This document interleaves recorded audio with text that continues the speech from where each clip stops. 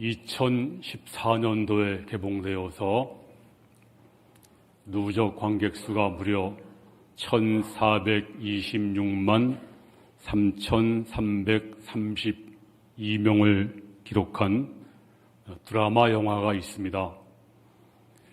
이 영화는 36회 청룡 영화상에서 남우조연상, 미술상, 한국영화 최다 관객상, 그리고 52회 대종상 영화제에서는 최우수 작품상, 감독상, 시나리오상, 남우주연상, 남우조연상, 촬영상, 편집상, 기획상, 첨단기술 특별상, 녹음상, 모든 상을 다 휩쓴 그 영화가 있습니다.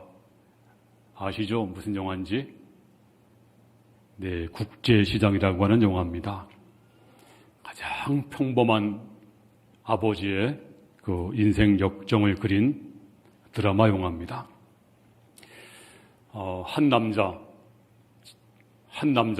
1950년대 6.25 전쟁부터 격변의 시대를 살아온, 현재까지 살아온 그 시대를 그린 정말 힘들었던 그때 그 시절, 그리고 온 가족을 위해서 굳세게 살아온 우리들의 아버지 이야기입니다. 줄거리는 대충 이래요. 6.25 전쟁 때 이제 한 가족이 피난길에 나섭니다. 흥남부들까지 왔는데 사람들이 너무너무 많아서 그만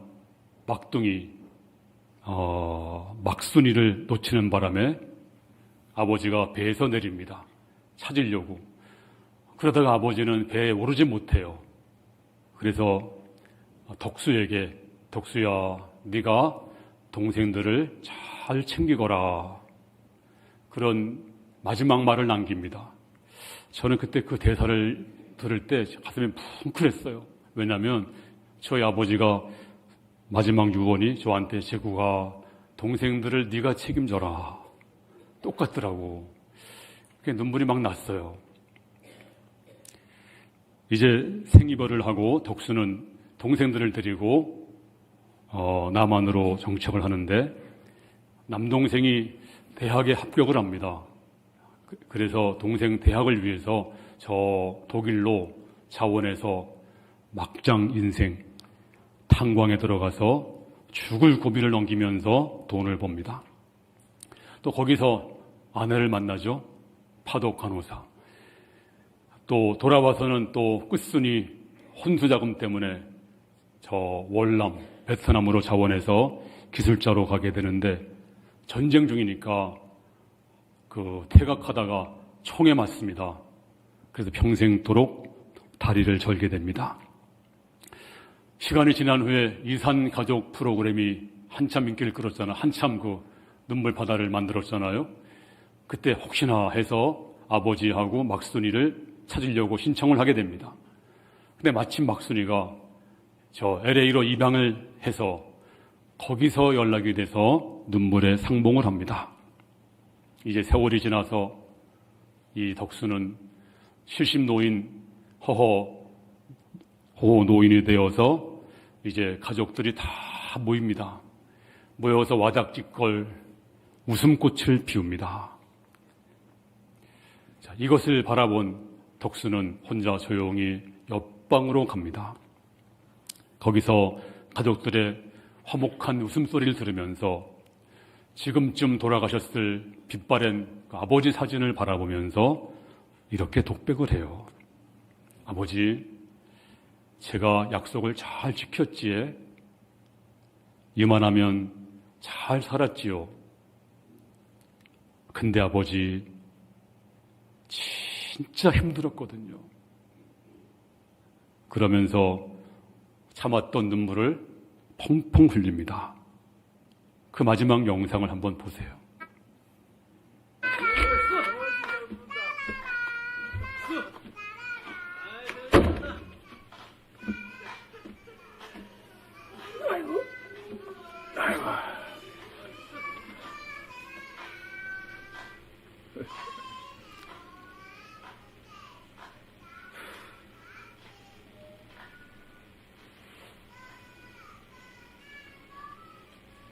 아버지 초상 사진을 바라보고 있어요. 아버지, 내 약속 잘 지켰지. 막수이도 찾았고, 이만하면 내 잘 살았지.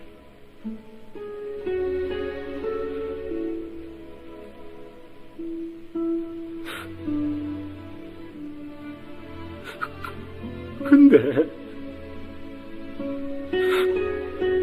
내 진짜 힘들었거든요.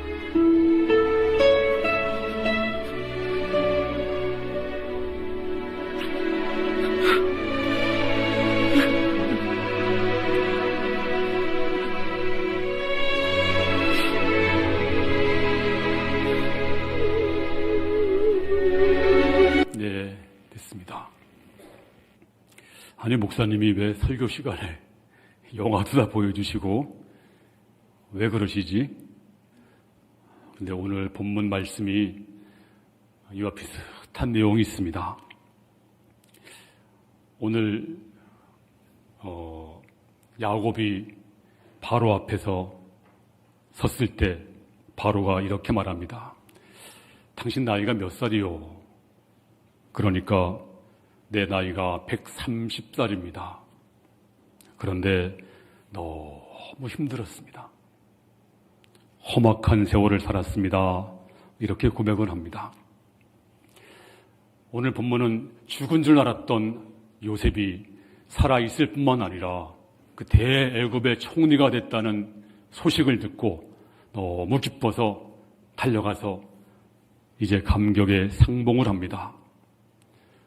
이제 백발이 된 아버지 야곱을 보고 서로 부둥켜 안고 이제 감격의 상봉이 끝난 다음에 이제 요셉이 아버지를 데리고 바로 왕 앞에 갑니다. 바로 이분이 저희 아버지입니다. 그러니까 바로가 대뜸 당신 나이가 몇 살이요? 그때 야곱이 대답하기를, 자, 9절 말씀 시작. 야곱이 바로에게 아뢰되 내 나그네 길의 세월이 130년이니이다.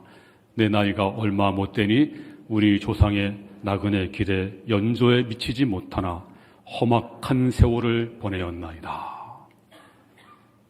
2023년도 정말 어렵고 힘든 일이 많았습니다. 지금도 전쟁을 하고 있고, 저 남미나 유럽은 엄청난 기근이 불어닥쳤고, 홍수, 자연재해, 많은 일들이 전 세계적으로 있었고, 또 우리도 많은 어려움 가운데 한 해를 보냈습니다. 그래서 이제 야곱의 회고를 통해서, 아니 한 해뿐만 아니고 우리 인생을 돌아보는 그런 시간을 갖겠습니다. 자, 이 야곱은 정말로 험한 세월을 산 사람입니다. 이 사람은 운명대로 순응하는 사람이 아니었습니다. 도전하고 쟁취하고, 그래서 탄생 때부터 엄마 뱃속에서부터 이제 먼저 나오려고 아마 싸웠나 봐요. 근데 힘이 달리니까 할 수 없이 그 형의 그 발목을 잡고 나왔어요. 그래서 뒤꿈치를 잡았다 뜻으로 이름을 야곱이라 지었습니다. 또 야곱은요, 엄청 욕심이 많았어요. 그래서 수단과 방법을 가르지 않았어요. 둘째가 서러워서 형의 그 장자 명분을 이제 팥죽 한 그릇을 교모하게 이용해서 그 명분을 가로챘습니다. 또 아버지를 속여서 축복도, 장자 축복도 가로챘습니다. 그러니까 형이 가만두겠어요? 죽이려고 하니까 도망을 쳐서 저 먼 나라 외삼촌의 집에 가서 종살이 하는데, 거기서 이제 보니까 딸이 참 예쁜 거예요. 사랑했는데 그 나이를 얻기 위해서 무려 7년간 종살이를 합니다. 근데 7년이 지난 다음에 이제 결혼하고 나서 아침에 보니까 신부가 바뀌었어요. 속았습니다. 또 7년간 종살이 하게 됩니다. 그런데 야곱이 어떤 야곱이에요? 그냥 넘어가지 않죠. 그 머리 싸움에서 외삼촌을 이기고 그도 많은 재산, 양과 소떼를 거느리는 거부가 됩니다. 근데 그의 생은요, 속고 속이고 쟁취하고 정말 그런 삶이었어요. 아버지를 잠깐 속였는데 아들에게는 무려 20년간 속았습니다. 그래서 야곱은요, 그래도 보니까 그냥 뛰고 싸우고 뺏고 속이고 참고 견디고 애쓰고 그 생애를 보니까 무던히도 눈물도 흘리면서 살았던 그런 인생이었습니다. 근데 나중에 이제 노인이 되어서 보니까 그만 대흉년이 듭니다. 다 무효가 됐어요. 할 수 없이 대식구 72명의 식구를 거느리고 이제 아들 요셉을 찾아서 피난길을 떠납니다. 그리고 오늘 이렇게 고백을 해요. 나는 정말 힘들게 살았습니다. 험악한 세월을 보냈습니다. 그래서 이 험악한 세월을 보냈다, 이 말을 원문에 보면 이런 뜻이에요. 부끄러운 인생을 살았다는 고백입니다. 자랑스럽지 못했다, 그런 고백입니다. 정말로 야곱은 자랑스러운 인생이 그런 그 간증을 할 수가 없었습니다. 그래서 나는 부끄럽습니다, 이런 고백을 한 거예요. 세상에서 가장 위험한 사람이 누군지 아세요? 바로 무서울 것이 없다는 사람, 정말 위험한 사람이에요. 또 하나님을 무서워할 줄 모르는 사람은 더 위험해요. 거기다가 하나님의 심판도 무시하는 사람은 대책이 없어요. 그리고 양심의 소리가 얼마나 무서운가를 모르는 사람도 끝난 것입니다.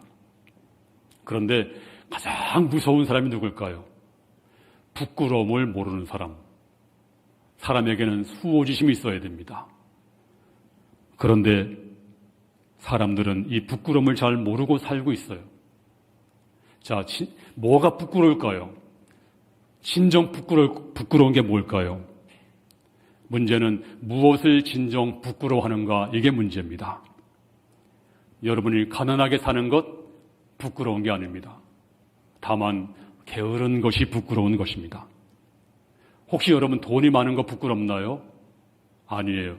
정직하게 벌지 못한 것이 부끄러운 것입니다. 또 어떤 분은 문벌이나 학벌이 좋지 못해서 굉장히 부끄러워합니다. 그러나 진실하지 못하고 비굴한 것이 부끄러운 것입니다. 또 어떤 사람은 용모 때문에 부끄러워합니다. 근데 마음이 더러운 걸 더 부끄러워해야 됩니다.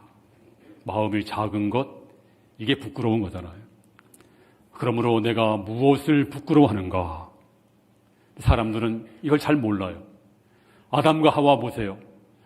범죄한 다음에 눈이 밝아져서 무화과 잎으로 치마를 만들어 너무 부끄러워가지고 치마를 만들어 입었습니다. 사실은 그게 부끄러운 게 아닙니다. 뭐가 부끄럽습니까? 하나님 말씀을 불순종해서 하나님 말씀을 거역한 것이 부끄러워서 통에 자복하고 회개해야 되는데 엉뚱한 걸 부끄러워해요. 그러므로 우리는 무엇을 부끄러워합니까? 우리 그리스도인들은 적게 벌더라도, 승진은 못하더라도 우리 양심을 더럽히지 말고 정말 한 점 부끄러움이 없는 그런 성도들이 다 돼야 될 줄로 믿습니다. 느부갓네살 왕은 정말 처음에는 잘 하다가 마지막에 교만해지는 바람에 그가 소처럼 풀을 먹는 부끄러운 사람이 되었습니다. 또 아합 왕의 부인 이세벨은 그 정말 착한 사람 나봇의 포도원을 탐내다가 그의 살을 개가 먹는 참 부끄러운 죽음을 당했습니다. 하지만 스데반 천사는 돌에 맞아 죽으면서도 그 얼굴이 해같이 빛났습니다. 한 점 부끄러움이 없었습니다. 오늘 야곱은 회고하기를 정말 나는 부끄럽습니다. 험하게 살았습니다. 실수도 많이 했습니다. 이런 고백을 했습니다. 그러면 여러분도 인생을 내가 이렇게 끝내도 되는가? 무턱대고 오래 산다고 좋은 것이 아닙니다. 부끄러운 삶이라면 의미가 없습니다. 누가 나이 물으면 내 나이 70이라고 정말 자랑스러운 삶이었다고 기쁨의 삶이었다고 간증할 수 있는 그런 분이 다 될 수 있기를 주의 이름으로 축원합니다.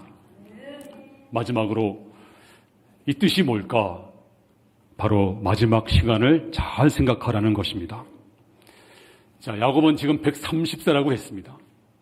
이제 살 날이 얼마 남지 않았습니다. 이제 애굽에서 야곱은 17년을 더 살고 147세 세상을 떠납니다. 지금 100세 시대라고 하잖아요. 근데 100세 시대라고 하지만 사람답게 살 수 있는 나이는요 100세가 아니에요. 제가 아무리 초당집을 다녀봐도 거의 80대에서 90대 사이 다 돌아가세요. 거의 뭐 90%. 90 넘으신 분은 불과 얼마 안 되세요. 근데 힘들게 살아요. 그래서 성경도 말하기를 시편 90편 10절에 우리 연수가 70이요 강건하면 80이라도 그 연수의 사랑은 수고와 슬픔뿐이요 신속히 가니 우리가 날아가나이다. 날아간대요. 80, 지금도 80이에요. 근데 날아간대요. 어떤 분이 말하기를 나이 먹는 것은 자동차 속력과 같더라. 20대 때는요 20km 정말 세월이 안 가는 거예요. 근데 40대 40km, 60대 60km, 그 다음에 80km, 지금은 횡행 간다고 그래요.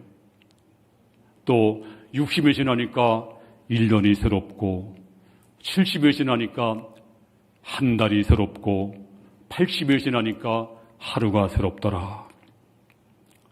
히브리서 9장 27절에 한 번 죽는 것은 사람에게 정하신 것이요 후에는 심판이 있으리니. 사람만 죽음을 의식합니다. 사람만이 죽음을 아는 유일한 존재입니다. 그래서 죽음을 알고 죽음을 생각합니다.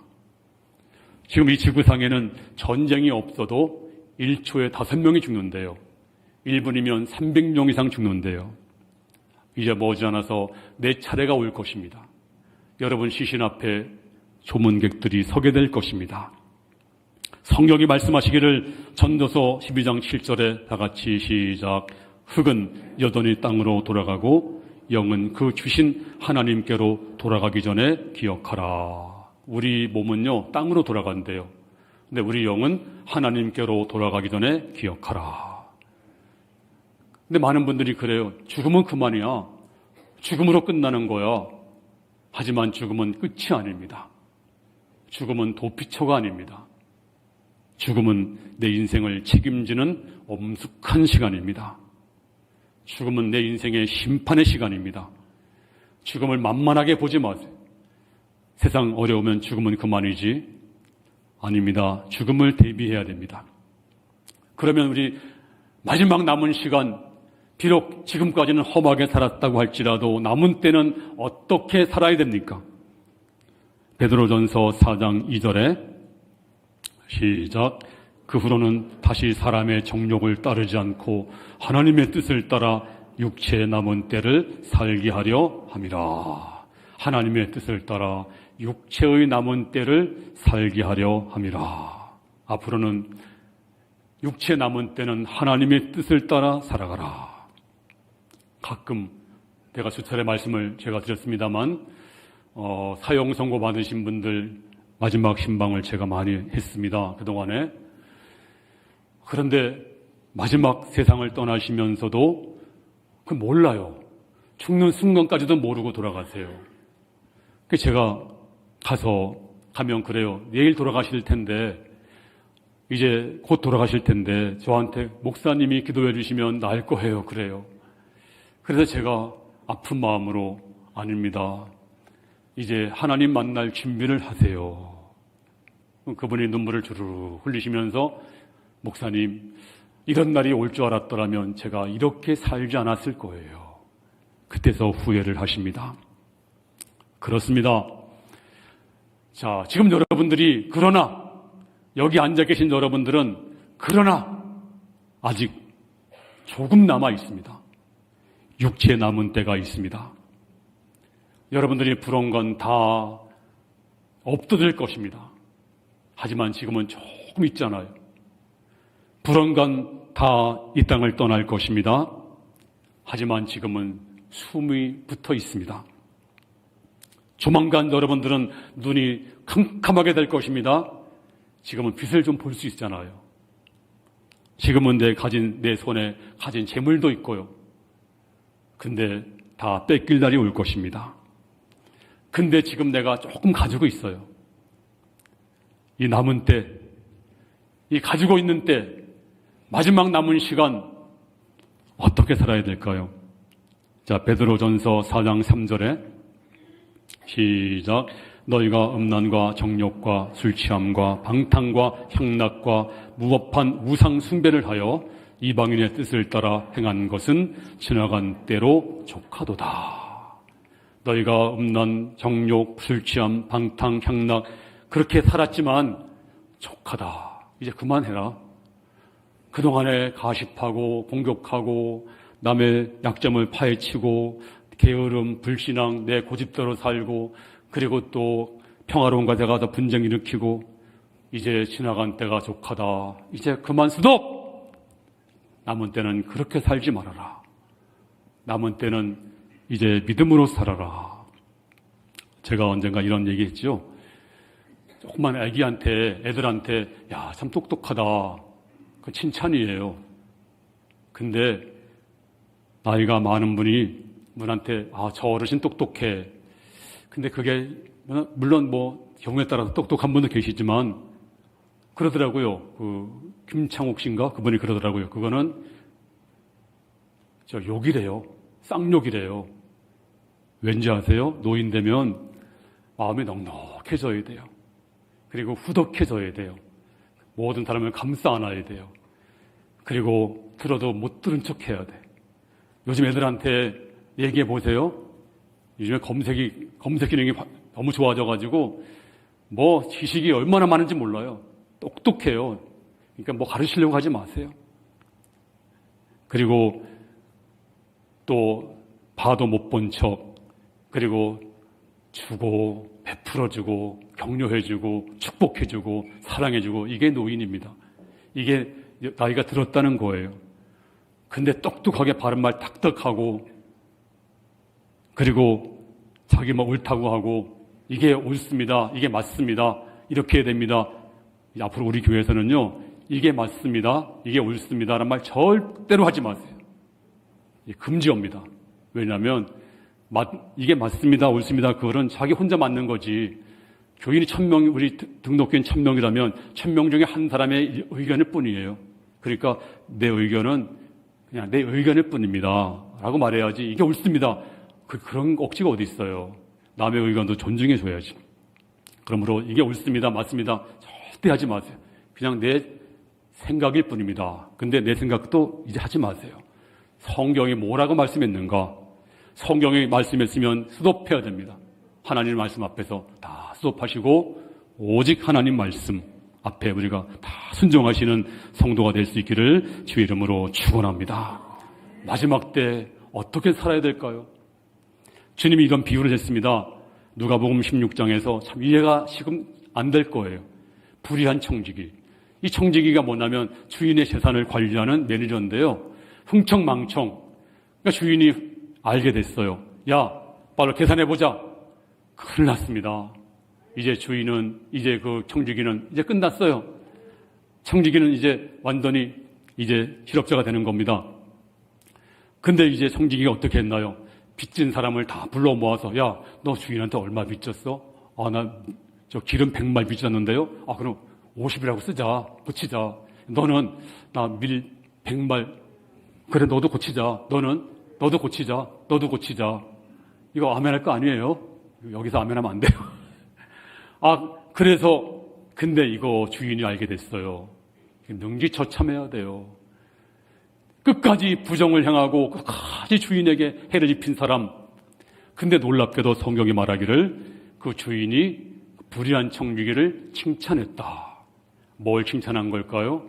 행동을 칭찬한 것이 아니라 그 불의한 청지기가 자기가 죽을 날을 안 거예요. 자기 마지막을 안 거예요.